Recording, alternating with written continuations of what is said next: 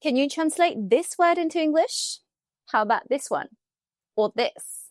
Although we usually translate new words into our own language, some carry cultural or social meanings so specific that they simply have no true equivalent elsewhere. Today, let's unlock 10 foreign words that are so deeply tied to the culture they come from that they have no direct translation in English or other languages. Let's see how many of these we'll manage to explain, or if we will just remain as confused by their specific untranslatable meaning.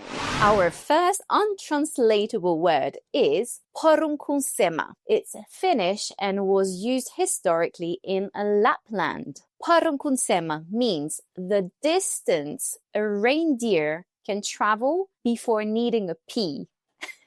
You've heard this right. I'll try translating this into English. Now that distance represents roughly 5.6 miles. And yes, it was once an actual unit of measurement. Fascinating, isn't it? Let's continue with a German term. Verschlimmbesserung. This gem of a word means an improvement that makes things worse. Have you ever updated a software that totally broke your phone? Well, that's a Verschlimmbesserung. Have you ever seen a beautiful day through your window and then once you stepped outside realized it's cold? Well, this situation is common enough in Iceland, and a local term describes this phenomenon as Gluggaveður, which translates to window weather.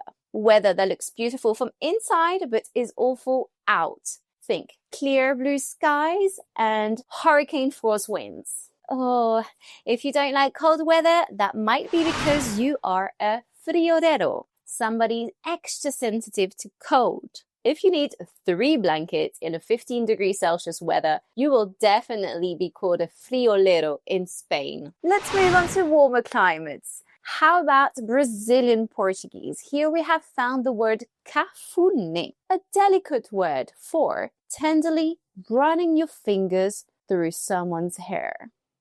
There's no English equivalent that captures that softness. Our next untranslatable word is really fun. Pochemuchka. It is Russian and means a person who asks too many questions. Just like a curious child who is always asking why, or maybe just like yourself right now while watching this video.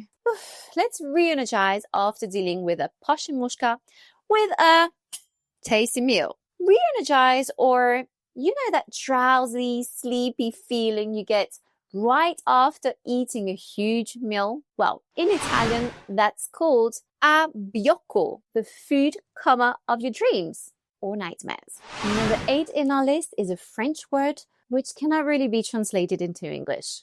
Retrouvailles. This beautiful word captures the joy of reuniting with someone after a long time apart. It's not just a meeting, it's a real rediscovery. Our last 2 examples stay with the emotional motive of untranslatable words. In Portuguese, we have saudade, the longing for something beautiful that's now gone. It can also be the feeling of homesickness combined with grief and sadness for your homeland or romanticized past. The object of your saudade is maybe unattainable or never existed.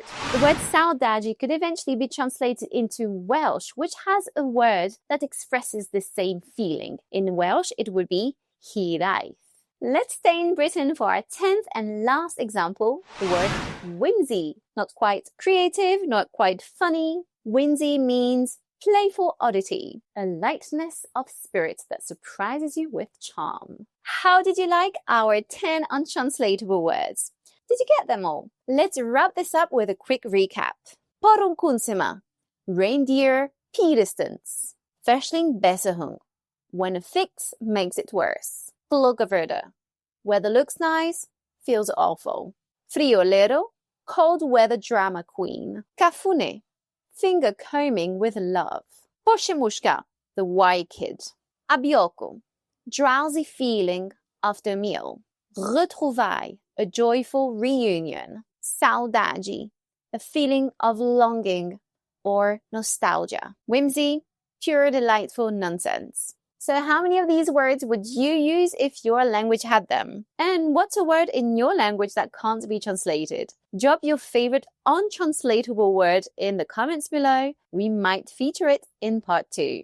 If you enjoyed this video, then don't forget to like and subscribe and hit that bell so you don't miss more linguistic oddities worldwide.